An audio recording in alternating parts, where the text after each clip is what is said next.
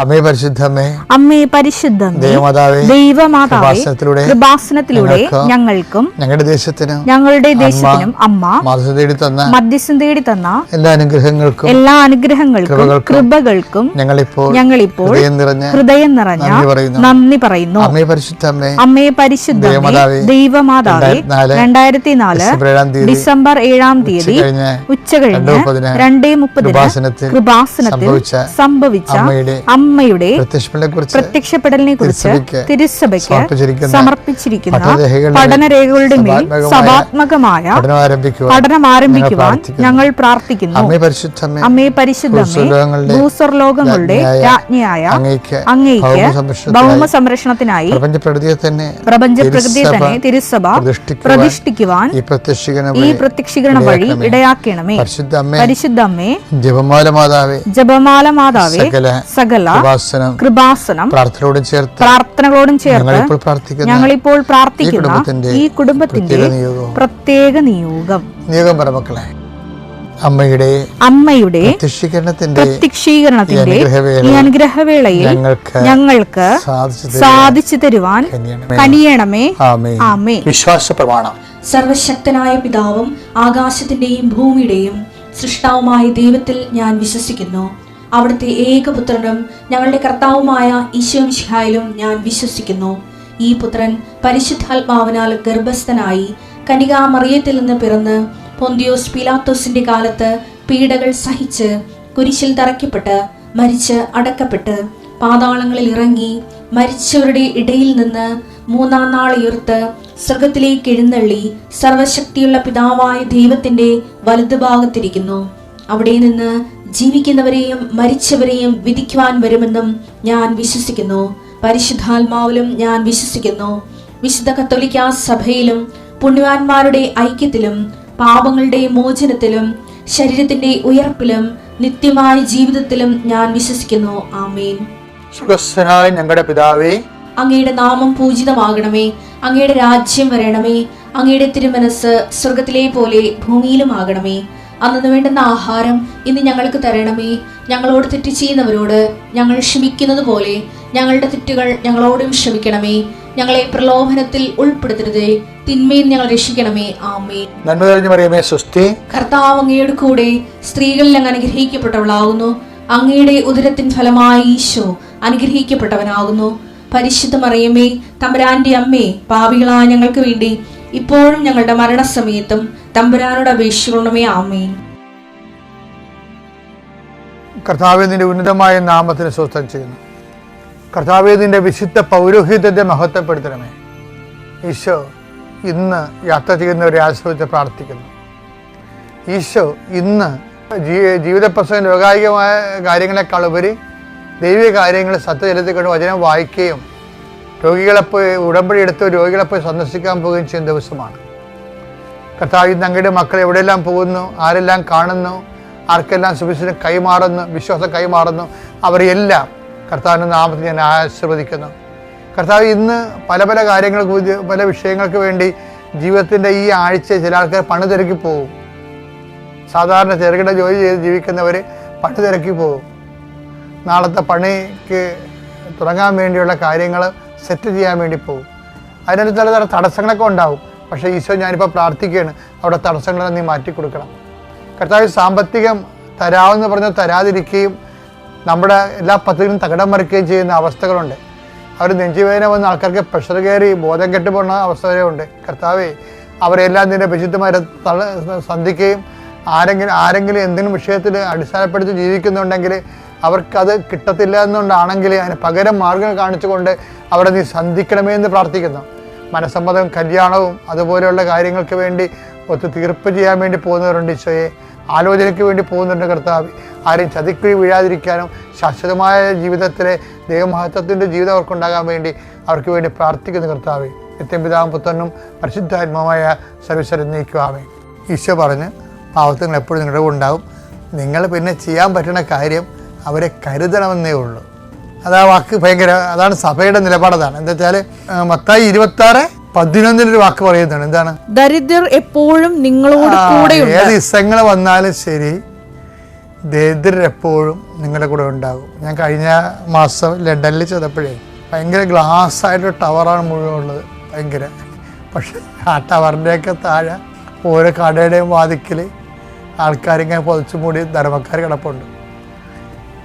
Photo എടുക്കണത് ശരിയല്ലല്ലോ, ആ രാജ്യത്തെ അപമാനിക്കണ തുല്യമാണ്. ഞാൻ ഫോട്ടോ എടുക്കാൻ കൂടുതലുള്ളവർ വേണ്ടി എടുത്തപ്പോൾ ഞാൻ എടുത്തില്ല. എനിക്ക് സങ്കടം വന്നു പോയി. ഇത്രയും മഹാനഗരങ്ങളിലെ ദരിദ്രർ. പക്ഷെ ഇപ്പോഴത് ഓർത്തോ ഭയങ്കര ഐഡിയ ആണല്ലോ ഈശോ പറഞ്ഞത്. ദരിദ്രർ എപ്പോഴും അഭയാർത്ഥികളായിട്ട് വന്നവരാണെങ്കിൽ എപ്പോഴും എങ്ങനെയെങ്കിലും നിങ്ങളുടെ കൂടെ ഉണ്ടാകുമെന്ന് കർത്താവിൻ്റെ വാക്കാണത്. പക്ഷെ ഞാനെപ്പോഴും നിങ്ങളുടെ കൂടെ ഉണ്ടായിരിക്കത്തില്ല എന്നുള്ളത് ശാരീരികമായിട്ടുള്ള കാര്യത്തിലാണ്. പക്ഷെ അതുകൊണ്ട് എന്താണ്, ഇഷ്ടങ്ങളൊക്കെ ഇങ്ങനെ മാറിപ്പോയാലും ഇനി ക്യാപിറ്റലിസത്തിൻ്റെ സമ്പദ് സമൃദ്ധി വന്നാലും അപ്പോഴിതുപോലെ അഭയാർത്ഥികൾ സൃഷ്ടിക്കപ്പെട്ടുകൊണ്ടിരിക്കും. കാരണം വെള്ളം അങ്ങനെയാണല്ലോ, എവിടെയെങ്കിലും കുടിച്ചെന്ന് ചാടുമ്പോൾ പിന്നെ അപ്പുറത്ത് വേലിയേറ്റ ഇപ്പത്തുണ്ടാകുമ്പോൾ ഒരു സ്ഥലത്ത് വേലി ഇറക്കം ഉണ്ടാകില്ല. ആ രീതിയിലാണ്. അതുപോലെയാണ് ഇത് വാട്ടർ ലെവൽ എന്ന് പറയുന്നത്. അതുകൊണ്ട് സഭ സൃഷ്ടിക്കപ്പെട്ടപ്പോൾ സഭയ്ക്ക് കൊടുത്ത നിർദ്ദേശം എന്താണ്? പാവങ്ങൾ എപ്പോഴും നിങ്ങളുടെ കൂടെ ഉണ്ടാകും. അതുകൊണ്ട് പാവങ്ങളെക്കുറിച്ച് കരുതൽ വേണം. ഗലാത്യർ 2:10 പാവങ്ങളെക്കുറിച്ച് ചിന്ത വേണം എന്ന് മാത്രമേ, കരുതൽ വേണം. അതാണ്, ചിന്ത വേണം. ആരോടാണെന്ന് അറിയാമോ? പത്രോസ് സഭയുടെ അടിസ്ഥാന ശീല പൗലോസിന് കൊടുക്കുന്ന നിർദ്ദേശമാണ്. ജാതീയ സഭകളിലാണ് അയാൾ അങ്ങനെ പ്രവർത്തിക്കുന്നത്. പക്ഷെ ഞങ്ങൾ പറഞ്ഞ ഇത്രയേ ഉള്ളൂ. ആ വചനം വായിച്ച് ഗലാത്യർ 2:10 പാവങ്ങളെപ്പറ്റി ചിന്ത വേണം എന്ന് മാത്രമേ, പാവങ്ങളെക്കുറിച്ച് ചിന്ത വേണമെന്ന് മാത്രമേ ഞങ്ങളോട് അവർ ആവശ്യപ്പെട്ടുള്ളൂ. പൗലോസ് പറഞ്ഞു, ഞങ്ങളോട് സഭ ആവശ്യപ്പെട്ടുള്ളൂ. അത് തന്നെയാണ് എൻ്റെ തീവ്രമായ താല്പര്യം. അതാണ് സഭയുടെ നിലപാടെന്ന് പറഞ്ഞത്. കാര്യം ബാക്കിയെല്ലാം എന്താ സംഭവിക്കുന്നത്? ബാക്കി എങ്ങനെ വാളെടുത്താലും വാളാൽ തന്നെയാണ് തീരത്തുള്ളത്. ശാശ്വത പരിഹാരം ഉണ്ടാകത്തില്ലെന്ന് സഭയ്ക്കുന്ന പോലെ വളരെ വ്യക്തിമെനയുള്ള കാലികമായും കാലദേശ പ്രസക്തമായിട്ടുള്ള വളരെ കരുത്തുറ്റ നിലപാടാണ് സഭ ഈ വിഷയത്തിൽ എടുത്തിരിക്കുന്നത്. സഭയുടെ മക്കളും അങ്ങനെ തന്നെയാണ് എടുക്കേണ്ടത്. 1 കൊരിന്ത്യർ 6:20 നിങ്ങൾ വിലയ്ക്ക് വാങ്ങപ്പെട്ടവരാണ്. ഒന്ന് പറഞ്ഞേ, നിങ്ങൾ വിലക്ക് വാങ്ങപ്പെട്ടവരാണ്. അത് മനസ്സിലായില്ലേ? ഇതൊരു ഭയങ്കരമായൊരു വചനമാണ്. അതായത് ഈ ആൾ തുണിയില്ലാണ്ട് ഈ ഒരു കുറവറച്ചായിട്ട് തൂങ്ങിക്കിടക്കണില്ലേ, അങ്ങനെ നമുക്ക് വേണ്ടി വില കൊടുത്ത ആളാണ്. അപ്പൻ അത് കാരണം അങ്ങയുടെ വില തിരിച്ചു കൊടുക്കാതെ അങ്ങനെ നമുക്ക് കിട്ടത്തില്ല. പിടികിട്ടിയാ? ഈ വില നമ്മൾ തിരിച്ചു കൊടുക്കണം. അതാണ് വിഷയം വരണത്. അതുകൊണ്ട് എന്താ സംഭവിക്കണത്? നമ്മൾക്ക് ഒരു വചനം നിവൃത്തിയാക്കാൻ വരുമ്പോൾ തന്നെ സൈൻ ഓഫ് കോൺട്രഡിക്ഷൻ വരും. എന്താ കാര്യം? ഒരു വചനം നമ്മൾ എക്സിക്യൂട്ട് ചെയ്യുമ്പോൾ ആദ്യകാലങ്ങളിൽ അത് വർക്കൗട്ട് ചെയ്യത്തില്ല. അപ്പോൾ പറയും എൻ്റെ പേയ്മെൻറ്റ് വെക്കാൻ പറയും. ഈസി അല്ല പേയ്മെൻറ്റ് വെക്കാൻ. കാര്യം നമ്മൾ വിലക്ക് വാങ്ങപ്പെട്ടവരാണ്. 1 കൊരിന്ത്യർ 1:20. അപ്പോൾ ആ വചനം വരുമ്പോൾ തന്നെ നമ്മളെ സംബന്ധിച്ചിടത്തോളം അത് കൃപയായി കൺവേർട്ട് ചെയ്യുന്ന മുമ്പ് നമ്മളോട് പറയും പേയ്മെൻറ്റ് വെക്കാൻ പറയും. എന്ന് വെച്ച് കഴിഞ്ഞാൽ എന്താ കാര്യം? എന്താ പേയ്മെൻറ്റ്? അതിൻ്റെ പേയ്മെൻറ്റ് എന്ന് പറയണത് നമ്മളുടെ വിശ്വാസവും വചനവും നമുക്കുണ്ടാകുന്ന അനുഭവങ്ങളും തമ്മിൽ ചില സമയത്ത് ടാലി ആകത്തില്ല. മനസ്സിലായി? ഇത് എൻ്റെ മക്കൾ നിങ്ങൾ സത്യദൈവത്തെയാണ് ഫോളോ ചെയ്യണമെന്നുണ്ടെങ്കിൽ യു മസ്റ്റ് ഹിയർ ഇറ്റ്. നിങ്ങളത് കേൾക്കണം. എന്താ കാര്യം വെച്ച് കഴിഞ്ഞാൽ അതായത് നമ്മൾ കേൾക്കുന്ന വചനത്തിന് ഘടകവിരുദ്ധമായ അനുഭവമാണ് ഫസ്റ്റ് ടൈമിൽ നമുക്ക് കിട്ടണത്. അപ്പോൾ അമ്മയോട് എന്താ പറഞ്ഞത്? അവൻ യാക്കോബിൻ്റെ ഗോത്രത്തിൽ വലിയവനായിരിക്കും, ദാവീദിൻ്റെ സിംഹാസനം നൽകുമെന്ന് പറഞ്ഞെങ്കിലും അവൻ അനുഭവിക്കുന്നത് എന്താണ്? ഒരു വീട് പെട്ടുകിടക്കാൻ വേണ്ടി ഒരു ഇറയം പോലും കിട്ടാത്ത അവസ്ഥയാണ് ഉള്ളത്. അപ്പോൾ ഇങ്ങനെയാണെങ്കിലും കുറച്ച് കഴിയുമ്പോൾ രാത്രിയാകുമ്പോൾ ബന്ധുക്കളില്ല, സ്വന്തപ്പെട്ടവരില്ല, ആരുമില്ല, എല്ലാവരും ഒറ്റപ്പെടുത്തി പ്രാകൃതരായ കുറേ മനുഷ്യർ എന്നെ കാണാൻ ഇടിച്ചതില്ലേ. അവരിപ്പോഴാന്ന് ഇങ്ങനെ ഇരുട്ടത്ത് സ്വരം കേൾക്കുമ്പോൾ മറിയോ ഇങ്ങനെ വെട്ടിച്ച് നോക്കുന്നുണ്ട്, ആരാണ് ഈ രാത്രി? അപ്പോൾ കുറേ പ്രാകൃത പിടിച്ച മനുഷ്യർ ഇടയന്മാരാ ഇരുട്ടത്ത് നിൽക്കുകയാണ്. അവന്മാരെന്തൊക്കെ തമ്മിൽ പറയാനുണ്ട്. അപ്പോൾ അവർ പറയണത് നമ്മളോട് പറഞ്ഞത് തന്നെയാണ്. ഈ കുഞ്ഞിനെ കാണുമ്പോൾ തോന്നണത് അത് പിള്ളേക്കച്ച് പൊതിഞ്ഞ് കിടക്കുകയാണെന്നൊക്കെ പറയുമ്പോഴും അവർ കണ്ടിട്ട് അവർ പോകും. പക്ഷെ മറിയത്തിന് അതൊരു സൂചനയാണ്. എന്താണ്? മറിയം ആ വിഷയത്തെ എടുക്കണത് എങ്ങനെയാണ്? പെറ്റതറിയാൻ വേണ്ടി ആദ്യം വരുന്നതാണ്. സ്വന്തം ബന്ധുക്കളൊന്നും അല്ലേ വന്നിരിക്കണതേ, നാട്ടുകാർ പോലും അല്ലേ, ഒരു പരിചയമില്ലാത്ത ആൾക്കാരാണ് വന്നിരിക്കുന്നത്. അപ്പോൾ ഇതൊക്കെയാണ് മറിയത്തിൻ്റെ അനുഭവങ്ങൾ. മറിയത്തിൻ്റെ ഈ അനുഭവത്തെ അമ്മ എന്ത് ചെയ്യണതാണ്? അമ്മ ഇതിൻ്റെ തർക്ക വിഷയമാക്കുന്നില്ല. മറിയത്തിന് വേണമെങ്കിൽ തർക്കിക്കുക, അവിടെ വകുപ്പുണ്ട്. എന്താ കാര്യം? അപ്പം പറഞ്ഞിട്ടാണ് ഗർഭിണിയായിരിക്കുന്നത്. അപ്പം പറഞ്ഞിട്ടാണ് ഈ പുരുഷനെ അറിയാതെ പരിശുദ്ധാത്മാവിൽ ഗർഭിണിയായിരിക്കുന്നത്. അതിൻ്റെ പേരിൽ കുറേ കേട്ടതാണ്. പക്ഷേ അതേസമയം തന്നെ അങ്ങനെ വരുമ്പോൾ ആ അപ്പം തന്നെ ഒന്ന് ഹെൽപ്പ് ചെയ്യേണ്ടത്. നമ്മുടെ ദൈവത്തിൻ്റെ ഒരു വചനം പാലിക്കുമ്പോൾ ദൈവം ഒരു ഇൻസെൻറ്റീവ് നമുക്ക് തരണ്ടേ? അതൊരു മാന്യതയുടെ ഭാഗമല്ലേ ദൈവത്തിൻ്റെ വചനം? ഇപ്പോൾ എൻ്റെ വാക്ക് നിങ്ങൾ കേട്ടാൽ ഞാൻ നിങ്ങളൊന്ന് സന്ധിക്കണമല്ലോ. പക്ഷെ ആ സന്ധിപ്പും ചില സമയത്ത് ദൈവം തരത്തില്ല. ദൈവം തരത്തില്ല എന്ന് വെച്ചാൽ തരത്തേയില്ല എന്നല്ല. മറിയത്തെപ്പോലെ വചനം വായിക്കണം. മറിയത്തോട് എന്താ പറഞ്ഞിരിക്കണത്? ഇപ്പം പരിശുദ്ധാത്മാവ് പറഞ്ഞത് എന്താണ്? കർത്താവ് നിന്നോട് അരുളിച്ചെയ്ത കാര്യങ്ങൾ നിറവേറുമെന്ന് വിശ്വസിച്ച നീ ഭാഗ്യവതി. എന്ന് വെച്ചാൽ കർത്താവ് അരുളിച്ചെയ്ത കാര്യങ്ങളല്ലല്ലോ നടന്നത്. യാക്കോബിൻ്റെ ഗോത്രത്തിൽ അവൻ വലിയവനായിരിക്കും, ദാവീദിന് സിംഹാസനം നൽകുമെന്ന് പറഞ്ഞിട്ടും കിട്ടിയിരിക്കുന്നത് കാലിത്തൊഴുത്താണല്ലോ. പക്ഷേ ഇതുകൊണ്ട് ഈ നേരം വെളുക്കണില്ലെന്ന് മറിയത്തിന് അറിയാം. കാര്യം എന്താണ്? അവസാന വാക്കുണ്ട്, അവൻ്റെ രാജ്യത്തിന് അവസാനം ഉണ്ടാകത്തില്ല. അതായത് ദൈവ പൈതലെ ഒരു പ്രഥമ ദൃഷ്ടിയ ഫസ്റ്റ് ചാൻസിലെ നിൻ്റെ നീ വിചാരിക്കണ വചനമോ നീ ഇതിൻ്റെ പ്രാർത്ഥനയ്ക്കോ ഉത്തരം കിട്ടിയിട്ടില്ലെങ്കിലേ അത് കിട്ടുകയില്ലെന്ന് നീ ധരിക്കരുത്. മനസ്സിലായ? അതിനാണ് കർത്താവ് അരുളിച്ചെയ്ത കാര്യങ്ങൾ നിറവേറുമെന്ന് വിശ്വസിച്ച നീ ഭാഗ്യവതി. അതെന്താ സംഭവിച്ചു കഴിഞ്ഞാൽ അവിടെ ഒരു പ്രത്യാശയാണുള്ളത്.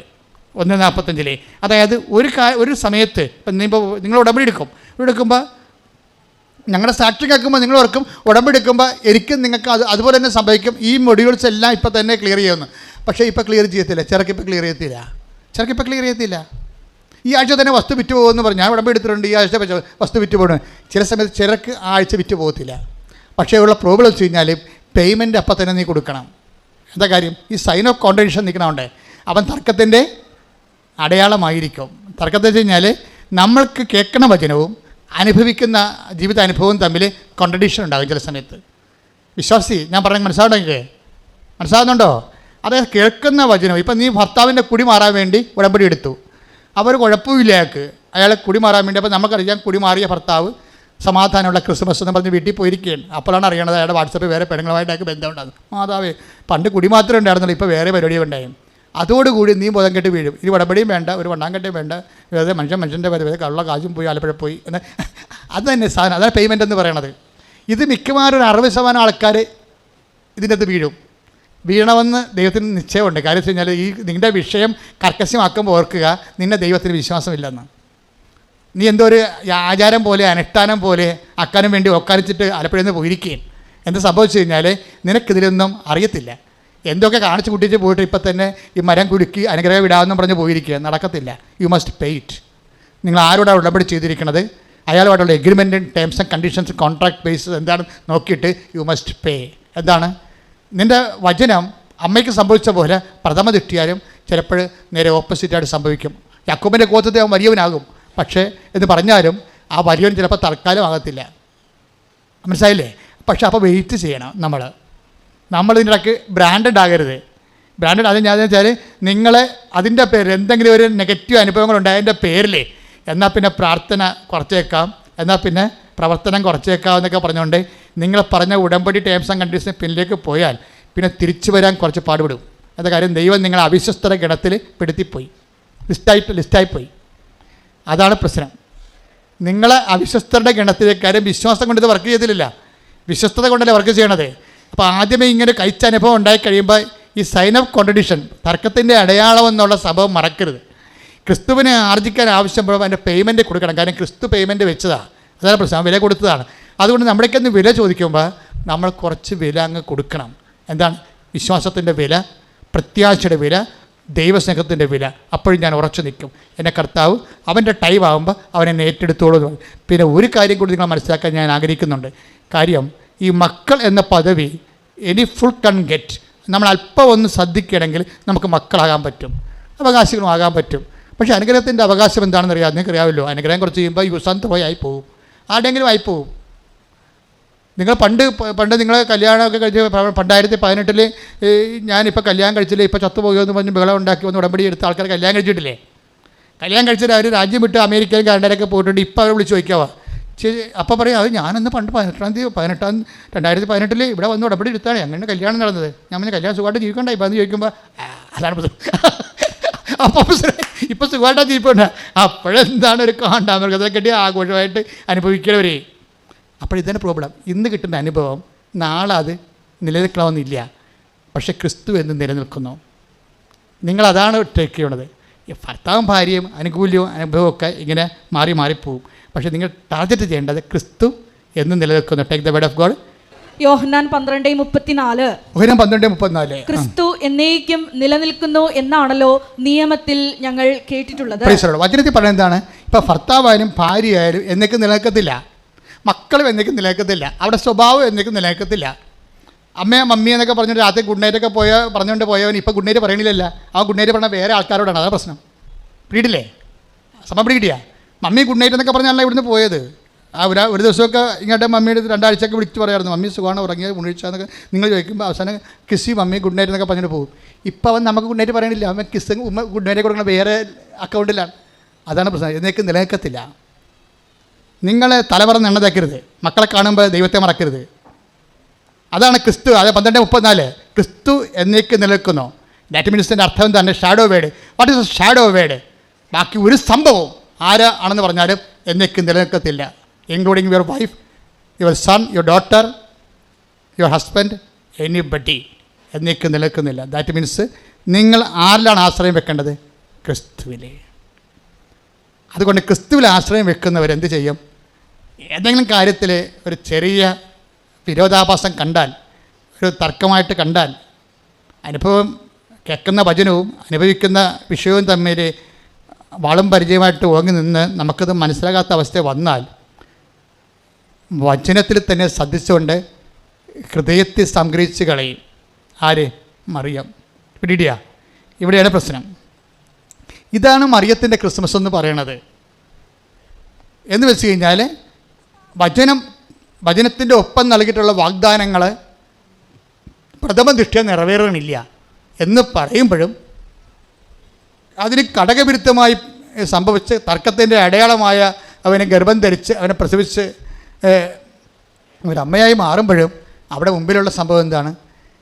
നിന്നോട് പറഞ്ഞിരിക്കുന്ന ഓരോ വചനങ്ങളും, ഉടമ്പടിയിൽ നീ വെച്ചിരിക്കുന്ന ഓരോ വിഷയങ്ങളും നടക്കും. അല്പം പോലും നടക്കാതിരിക്കത്തില്ല. പക്ഷേ പേയ്മെൻ്റ് കാലം ശ്രദ്ധിക്കണം. വില കൊടുക്കുന്ന സമയമില്ലേ? വിശ്വാസത്തിന് വില കൊടുക്കണം, പ്രത്യാശയുടെ വില കൊടുക്കണം, പിന്നെ ദൈവസ്നേഹത്തിൻ്റെ വില കൊടുക്കണം. പിന്നെ ഒരു കാര്യം കൂടി, ഈ ഹൃദയത്തിൽ സംഗ്രഹിക്കുമ്പോൾ അമ്മ ചെയ്യുന്നൊരു കാര്യമുണ്ട്. എന്താണ്? മക്കളുടെ റാങ്കിൽ നിന്ന് മാറിയിട്ട് ദാസിയായിട്ട് അങ്ങോട്ട് കൺവേർട്ട് ചെയ്യപ്പെടും. മക്കളെന്ന് പറഞ്ഞു കഴിഞ്ഞാൽ ഒരു റാങ്കാണ്. അതിൻ്റെ അപ്പുറത്തൊരു റാങ്കുണ്ട്, ദാസി, സെർവൻറ്റ്. അമ്മയും ഈശോയും ഒക്കെ എക്കാലങ്ങളിൽ നടന്നിട്ടുള്ളത് ഈ റാങ്കിലാണ് അവർ നിൽക്കുന്നത്, സെർവൻറ്റ് റാങ്കിലാണ്. ഇവരെങ്ങനെയാണ് സെർവൻ്റ് ആയെന്ന് വെച്ച് കഴിഞ്ഞാൽ ഈ ഹൃദയത്തെ സംഗ്രഹിക്കുന്നതിന്, അതായത് നമ്മൾ ചോദിക്കുന്ന ചില കാര്യങ്ങൾ നമ്മൾ പറയുന്ന അതേ നിറത്തിലും ഗുണത്തിലും വണ്ണത്തിലും ലഭിച്ചില്ലെങ്കിൽ, ചിലപ്പോൾ അക്കാര്യം അതേപടി നടന്നില്ലെങ്കിലും നമ്മൾ ദൈവത്തിൽ വിശ്വസിച്ച് മുമ്പത്തെക്കാൾ ദൈവത്തിൽ കൃപയിൽ വിശ്വാസത്തിൻ്റെ ജീവിതം നമ്മൾ നയിക്കുമ്പോൾ നമ്മൾ സെർവൻ്റായി മാറുകയാണ്. പിടികിട്ടിയ?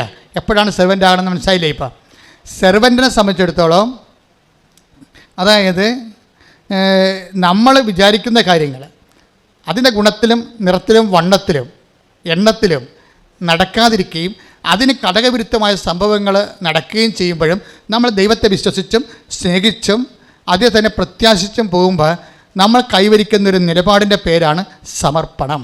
ഈ സമർപ്പണമാണ് സെർവൻ്റ് ആക്കണത്.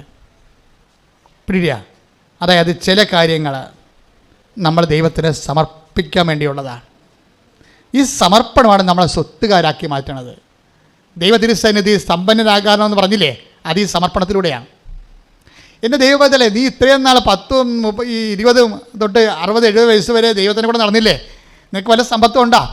ദൈവത്തിൻ്റെ തിരുസന്നിധി എന്തെങ്കിലും സമ്പത്തുണ്ടെങ്കിൽ അത് നിൻ്റെ നടക്കാത്ത പ്രാർത്ഥനകളുടെ ഉത്തരം മാത്രമായിരിക്കും. നമ്മുടെ സമ്പത്തെന്ന് പറഞ്ഞാൽ എന്താണ്? നമ്മൾ ഇന്ന് വരെ ന്യായമായിട്ട് ദൈവം നമുക്ക് ചെയ്തു തരേണ്ട കാര്യങ്ങൾ നമുക്ക് ചെയ്തു തരാത്തപ്പോഴും ദൈവത്തിലുള്ള വിശ്വാസം അതേപടി നിലനിർത്തിക്കൊണ്ട് അവിടുത്തെ സ്നേഹത്തിൽ പൊരിഞ്ഞ് അവന് വേണ്ടി സുവിശേഷത്തിന് സാക്ഷ്യമാകുമ്പോൾ you will be a servant. അതാണ്, ഇതാ ഞാൻ തിരഞ്ഞെടുത്ത എൻ്റെ ദാസൻ, എൻ്റെ ആത്മാവ് പ്രസാദിച്ച എൻ്റെ പ്രിയപ്പെട്ടവൻ. അപ്പോൾ അനുഗ്രഹമല്ല, പ്രസാദമാണ് കിട്ടുന്നത്. കൃപയുടെ വഴി അതാണ്.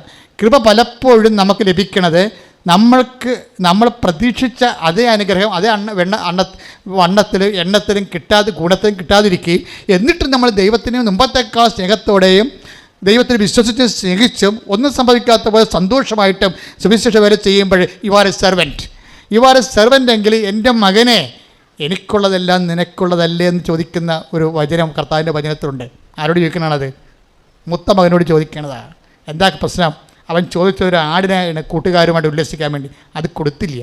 പക്ഷേ ഇളയ മകന് അവനെല്ലാം നശിപ്പിച്ചിട്ട് പിന്നെ അവന് കൊടുത്തു. ഈ അനീതി എന്താണെന്ന് ചോദിച്ചപ്പോൾ അപ്പൻ അവനെ കോരിപ്പിടിച്ച് പറഞ്ഞ വർത്തമാനമാണത്. എന്താണ്? എൻ്റെ മകനെ എനിക്കുള്ളതെല്ലാം നിനക്കുള്ളതല്ലേ, നിത്യത വരെ. എൻ്റെ ദൈവമേ നമ്മളൊക്കെ കേൾക്കപ്പെടാത്ത ചില പ്രാർത്ഥനകളില്ലേ, അതെല്ലാം നമ്മൾ ഉദ്ദേശിക്കുന്നത് നിത്യതയാണ്. അപ്പോൾ നീ പറയണം, ഞാനങ്ങനെ പറയണ ആളാണ്, കർത്താവേ ഇതെൻ്റെ നിത്യതയ്ക്കായി കാഴ്ചവെക്കുന്നു. അതുകൊണ്ട് എനിക്ക് നല്ല സ്വത്തുണ്ട്. നിങ്ങൾ പറയണ സ്വത്തല്ലെന്നേ ഉള്ളൂ, എനിക്ക് നല്ല സ്വത്തുണ്ട്. എത്ര കാലമായി കർത്താവിൻ്റെ കൂടെ. ഇതുപോലെ എന്തും മാത്രം ഞാൻ പറഞ്ഞ പകുതി മുക്കാലും കർത്താവ് എനിക്ക് തന്നിട്ടില്ല. ഞാൻ ചോദിച്ചതെല്ലാം കർത്താവിന് വേണ്ടി തരുമായിരുന്നു, എനിക്ക് വേണ്ടി ഞാൻ എന്ത് ചോദിക്കാനാ? പക്ഷേ എന്നിട്ട് പോലും കർത്താവ് പല കാര്യങ്ങളും തന്നിട്ടില്ല. പക്ഷേ തരാത്ത എല്ലാ കാര്യങ്ങളും ഞാൻ എൻ്റെ നിത്യതയ്ക്ക് വേണ്ടി കാഴ്ചവെച്ചുകൊണ്ട് കർത്താവിൻ്റെ സെർവൻ്റാകാൻ വേണ്ടി എന്നെ കണക്കാക്കണമെന്ന് പ്രാർത്ഥിച്ചിട്ടുണ്ട്. അങ്ങനെയാണ് നമ്മൾ സ്വത്തുകാരായി മാറണത്. അമ്മയോട് പറഞ്ഞ വാക്കെല്ലാം ദൈവം പാലിച്ചിട്ടുണ്ട്. അപ്പം ഫസ്റ്റ് ടൈം അത് പാലിച്ചില്ലെങ്കിൽ നീ കൂടുതൽ പേയ്മെൻറ്റ് കൊടുത്താൽ മതി. കൂടുതൽ ദൈവത്തെ സ്നേഹിച്ച് കൂടുതൽ ദൈവത്തിൻ്റെ വേലകൾ ചെയ്ത് കൂടുതൽ സുവിശേഷ സാക്ഷ്യമായിട്ട് നീ മുന്നേറുമ്പോൾ നീ ബ്രാൻഡഡ് ആകും. ആരാണ്? മകളായിട്ടും മകനായിട്ടല്ല, പിന്നെന്താണ്? ദാസനായിട്ടും ദാസിയായിട്ടും. അപ്പോഴും നമുക്കും പറയാം ഇത് കർത്താവിൻ്റെ ദാസൻ ദാസി. അതാണ് ഇത് ഉന്നതമായ സുവിശേഷ പദവി എന്ന് പറഞ്ഞ കൈയടിച്ച് കർത്താവിനെ ശ്രുതികട്ടെ ഹല്ലേലൂയ ശ്രുതികട്ടെ ഹല്ലേലൂയ.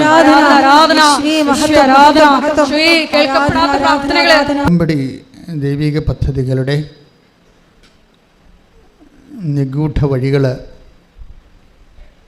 ആണ് ഓരോ ദിവസവും ഉടമ്പടി ആരാധനയിലൂടെ കർത്താവ് നമ്മുടെ മുമ്പിൽ തുറന്നു തരുന്നത്. ഉടമ്പടി ദൈവാനുഭവങ്ങളുടെ നിഗൂഢ വഴികൾ. എന്തിനാണ് ഉടമ്പടി ധ്യാനം കൂടണമെന്ന് ചോദിച്ചു കഴിഞ്ഞാൽ ഒറ്റ ഉത്തരമുള്ളൂ. ഉടമ്പടി ഫയറാകാൻ ആവശ്യമായ ഓരോ സൊല്യൂഷൻസ്, സുവിശേഷ വിഹിതമായ നിർദ്ധാരണ മാർഗങ്ങൾ,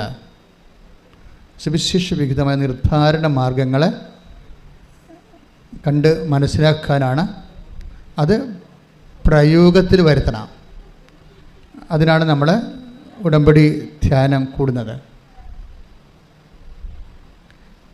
അതാണ് സാധാരണ സുവിശേഷ വേലയും സുവിശേഷ ശുശ്രൂഷയും ഉടമ്പടി ശുശ്രൂഷയും തമ്മിലുള്ള ഒരു വ്യത്യാസം, ഇത് നമ്മൾ ആപ്ലിക്കേറ്റ് ചെയ്യാനുള്ളതാണ്. കാര്യം ഇത് ഉടമ്പടി ഒരു ആപ്ലിക്കേഷനാണ്. ഒരു കർത്താവ് നമുക്കറിയാം, ഉടമ്പടി ലക്ഷ്യം വെക്കുന്നത് ഓർഡിനറി ഗ്രേസ് അല്ല. ഉടമ്പടി ലക്ഷ്യം വെക്കുന്നത് അവൻ്റെ നാമത്തിൽ വിശ്വസിക്കുന്നവർക്കെല്ലാം കൃപയ്ക്ക് മേൽ കൃപ, ഗ്രേസ് അപ്പോൺ ഗ്രേസ്.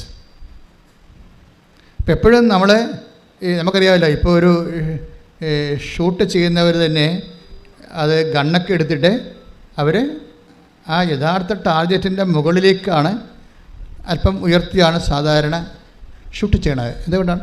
ഭൂമിയുടെ ആകർഷണമുള്ളത് കാരണം. ഇത് നേരെ ഷൂട്ട് ചെയ്താൽ ഭൂമി ആകർഷിച്ച് ആ ബുള്ളറ്റ് താത്തിക്കളയും. അപ്പോൾ ലക്ഷ്യം കൊള്ളത്തില്ല. അതുകൊണ്ടാണ് വെടിവെക്കുന്നവർ ഉയരമുള്ള ഒരു ടാർഗറ്റിൽ വെടിവെക്കുമ്പോൾ ഉയർത്തി വെക്കുക. അതുപോലെ നമ്മൾ ഉടമ്പടിയിൽ ഉയർന്ന ഒരു നിങ്ങൾക്ക് ചിലപ്പോൾ ആവശ്യമുള്ളത് ഒരു വസ്തു വിൽപ്പന, അല്ലെങ്കിൽ വിവാഹം നടക്കുന്നതോ, അല്ലെങ്കിൽ ജോലി കിട്ടുന്നതോ, അങ്ങനെ എന്തെങ്കിലും സാധാരണ ഒരു ജീവിതം ആവശ്യമായിരിക്കും. പക്ഷേ മക്കൾ ചെയ്യേണ്ടത് ആ ഒരു ആവശ്യത്തിന് ഉള്ള ഒരു മിനിമം എനർജി ഇതിനകത്ത് ഇൻവെസ്റ്റ് ചെയ്താൽ മതി എന്നുള്ള രീതിയിലാണെങ്കിൽ ഇത് ഉടമ്പടി കൊണ്ട് ഉദ്ദേശിക്കുന്ന മുഴുവൻ അനുഗ്രഹങ്ങൾ നമുക്ക് കിട്ടത്തില്ല. ഇപ്പോൾ ചിലർ പറയും റാങ്കിന് വേണ്ടി പഠിക്കുമ്പോഴാണ് ചിലപ്പോഴും അവർക്ക് ഡിസ്റ്റിങ്ഷൻ കിട്ടുന്നത്. അതുപോലെയുള്ളൊരു വിഷയമാണിത്. നിങ്ങൾ ഉടമ്പടി റാങ്കിന് തന്നെ ടാർഗറ്റ് ചെയ്യണം. ഇതിൽ നിന്ന് മാക്സിമം അത് നിങ്ങൾ എന്താ ചെയ്യണമെന്ന് വെച്ച് കഴിഞ്ഞാൽ വലിയ കാര്യങ്ങൾ അതിൻ്റെ സ്ട്രക്ചറെല്ലാം കറക്റ്റ് ചെയ്ത് വെച്ചും പിന്നെ അതിൻ്റെ നിക്ഷേപം വലിയ കാര്യങ്ങളാണെങ്കിൽ ഉടമ്പടി നമുക്കറിയാമല്ലോ 3.5 മണിക്കൂർ എടുത്ത് പഠിച്ചിട്ടാണ് ആൾക്കാർ ഉടമ്പടി ചെയ്യണത്. പിന്നീട് ഉടമ്പടി പുതുക്കാൻ വരുമ്പോഴും അതുപോലെ പഠനങ്ങളുണ്ട്. അതിനിടയിൽ എല്ലാ ദിവസവും വചന വായനയും സാക്ഷ്യം കേൾക്കുകയും സാക്ഷ്യത്തിൻ്റെ വിശദീകരണം കേൾക്കുകയും വചനത്തിൻ്റെ ധ്യാനം കൂടുകയും ചെയ്യുന്ന ഒരു നിരന്തര സാക്ഷരത നടക്കുന്നുണ്ട്. ഈ സാക്ഷരതയെല്ലാം നമുക്കറിയാം. അതായത് ഇന്നലെ ഒരു സാറ് മഞ്ജൂഷ്, ഇന്നലത്തെ ഏറ്റവും നല്ല സാക്ഷി അദ്ദേഹത്തിൻ്റെയാണ് മഞ്ജൂഷ്. അതായത് മഞ്ജൂഷ് ഫിലിപ്പ് കാഞ്ഞിരപ്പള്ളി ഒരു അധ്യാപകനാണ്. എന്നെ ശരിക്കും പറഞ്ഞാൽ ആ സാക്ഷ്യം ഞെട്ടിച്ച് കളഞ്ഞ്. അദ്ദേഹം പറഞ്ഞത് എൻ്റെ സാക്ഷ്യം നിങ്ങൾ കേൾക്കേണ്ടത് ഒരു ഭൗതികമായ പെർസ്പെക്റ്റീവിലല്ലെന്ന് ആദ്യമേ പുള്ളി അഡ്വാൻസ് പറയും. എൻ്റെ സാക്ഷ്യം നിങ്ങൾ കേൾക്കേണ്ടത് ഒരു ഭൗതികമായ ഒരു വിഷയത്തിന് ദൈവം എനിക്ക് തന്ന അടയാളങ്ങൾ പറയാനല്ല ഞാനിവിടെ നിൽക്കുന്നത്. ഞാൻ ഈ ഉടമ്പടിയിലൂടെ എങ്ങനെയാണ് നിത്യതയിലേക്ക് ലിഫ്റ്റ് ചെയ്യപ്പെട്ടതെന്ന് പറയാനാണ്. അപ്പോൾ അദ്ദേഹം ഉടമ്പടി ലക്ഷ്യം വെച്ചിരിക്കുന്നത് നിത്യതയാണ്. എപ്പോഴും നമ്മൾ ശ്രദ്ധിക്കേണ്ട ഒരു വിഷയം, നിത്യത എല്ലാവരും ലക്ഷ്യം വെക്കേണ്ട വിഷയമാണ്. ഞാൻ ഇങ്ങനെ ഒരു ശുശ്രൂഷയിലേക്ക് വരേണ്ടതിന് മുമ്പ് എനിക്ക് കുറച്ച് ക്ലാരിറ്റി കിട്ടിയായിരുന്നു സെമിനാരി ജീവിതത്തിലെ. ഇന്ന് നമ്മുടെ ആസ്ട്രേലിയൻ ബിഷപ്പായിരുന്ന ബെൽമോളിലെ ബിഷപ്പില്ലേ, നമ്മുടെ ബോസ്കോ പിതാവാണ് എന്നെ ക്രിസ്റ്റോളജി പഠിപ്പിച്ചത്, ക്രിസ്തു വിജ്ഞാനീയം. അപ്പോൾ അദ്ദേഹത്തിൻ്റെ ക്ലാസ് വളരെ വ്യക്തതയുള്ള ക്ലാസ്സാണ്. അപ്പോൾ അന്ന് ഞാൻ മറക്കാതെ പഠിച്ചൊരു സാധനമാണ് സാഖെ ചേസു. ഇംഗ്ലീഷല്ല, ജർമ്മനാണ്. അപ്പോൾ അദ്ദേഹം ജർമ്മനിൽ ഡോക്ടറേറ്റ് ഉള്ള ആളാണ്, ജർമ്മൻ തിയോളജിയിൽ. അപ്പോൾ സാഖെ ചേസു എന്ന് പറയുമ്പോൾ അപ്പോൾ ഞാൻ എൻ്റെ മനസ്സിന് അന്ന് തന്നെ ഈശോ ഹോണ്ട് ചെയ്തൊരു സംഭവമാണ് സാഖെ ചേസു എന്ന് വെച്ചാൽ അർത്ഥം ദ കോസ്റ്റ് ഓഫ് ജീസസ്. അതായത് യേശുവിൻ്റെ കാരണം. എന്നതിൻ്റെ അർത്ഥം എന്താണ്? The cost for which Jesus died. എനിക്ക് അവിടെ വെച്ചാണ് ശരിക്കും ഒരു എൻട്രൻസ് കിട്ടിയത് കർത്താവിലേക്ക്. അതായത് എന്താണ് നമ്മുടെ വിശ്വാസത്തിൻ്റെ അടിയൊഴുക്ക്, എന്താണ്, എങ്ങനെയാണ് വിശ്വാസം ഫയറാക്കണത്, നമ്മൾ എങ്ങനെയാണ് വിശ്വസിക്കണത്, ക്രിസ്തു ആരാണ്. അത് ക്രിസ്തു വിജ്ഞാനീയം പഠിച്ചപ്പോഴാണ് ദ സാഖെ ജേസുവിൻ്റെ പൊരുൾ, the cause for which Jesus died.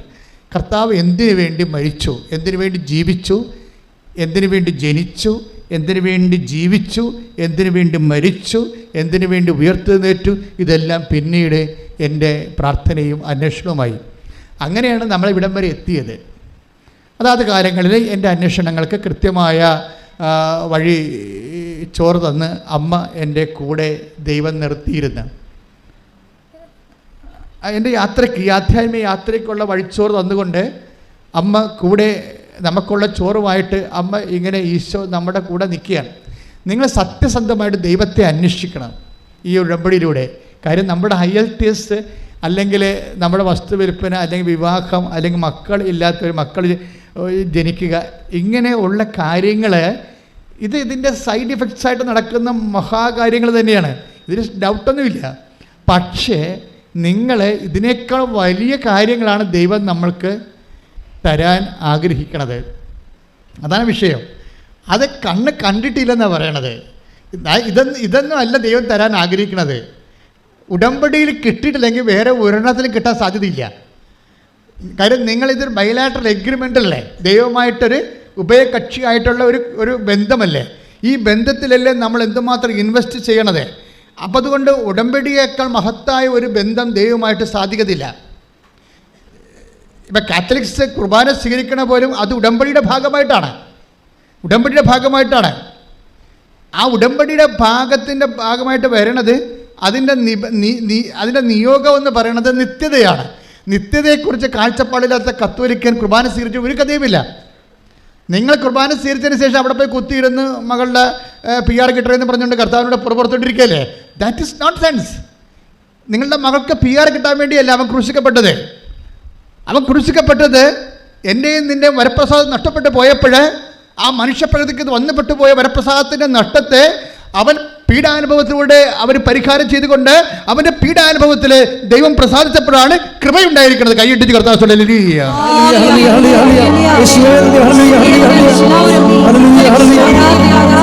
പരമദിവ്യകാരുണ്യത്തിന് ആരാധനയും സ്തുതിയും പുകഴ്ചയും. അപ്പോൾ ഇവൻ്റെ ഈശോയുടെ ഈ പീഡാനുഭവവും കുരിശു മരണവും അത് എന്ത് ആന്തരിക മനോഭാവത്തോടെയാണ് ഈശോ ചെയ്തതെന്നുള്ളതാണ് രക്ഷയുടെ അടിയൊഴുക്കെന്ന് പറയണത്. രക്ഷാകര പദ്ധതിക്ക് അടിയൊഴുക്കുണ്ട്. അതായത് മേലൊഴുക്കമുണ്ട്, താഴെക്കൂടി ഒരു പ്രവാഹമുണ്ട്. ഈശോ ഈ പീഡനങ്ങളെല്ലാം ഏറ്റപ്പോൾ അവനതൊരു കാഷ്വലായിട്ട്, ഇപ്പം ഗവൺമെൻറ് ഉദ്യോഗസ്ഥൻ അല്ലെങ്കിൽ അധ്യാപകർ കുട്ടികളെ പഠിപ്പിക്കുന്നു. അപ്പോൾ അവർക്ക് തൊഴിലായിട്ടത് പഠിപ്പിക്കാൻ പറ്റും. ഒരു അച്ഛൻ പണിയാണെങ്കിൽ ഒരു തൊഴിലായിട്ട് ചെയ്യാൻ പറ്റും. ഞങ്ങൾക്കൊക്കെ ആൾക്കാർ വരുന്നു, അവരെ കുമ്പസാരിപ്പിക്കുന്നു, ആൾക്കാർ മരിക്കുന്നു, അവരെ അടക്കുന്നു, ആൾക്കാർ കല്യാണം കഴിപ്പിക്കാൻ പറയുമ്പോൾ ഞങ്ങൾ കല്യാണം കഴിപ്പിച്ച് കൊടുക്കുന്നു. We can do it as A profession and A function. നമുക്കത് ചെയ്യാൻ പറ്റും, അതിന് കുഴപ്പമില്ല. പക്ഷേ അതാണ് ഒഴുക്കെന്ന് പറയുന്നത്. ഇതിൻ്റെ അടിയൊഴുക്കുണ്ട്. ക്രിസ്തു ഇത് ചെയ്തപ്പോൾ ക്രിസ്തുവിൻ്റെ ഉള്ളിലുണ്ടായിരുന്ന മനോവികാരം എന്താണ്? അപ്പായോടുള്ള പൊരിഞ്ഞ സ്നേഹത്തിലാണ് ഇതെല്ലാം ചെയ്തിരിക്കുന്നത്. ശ്രദ്ധിക്കട്ടെ.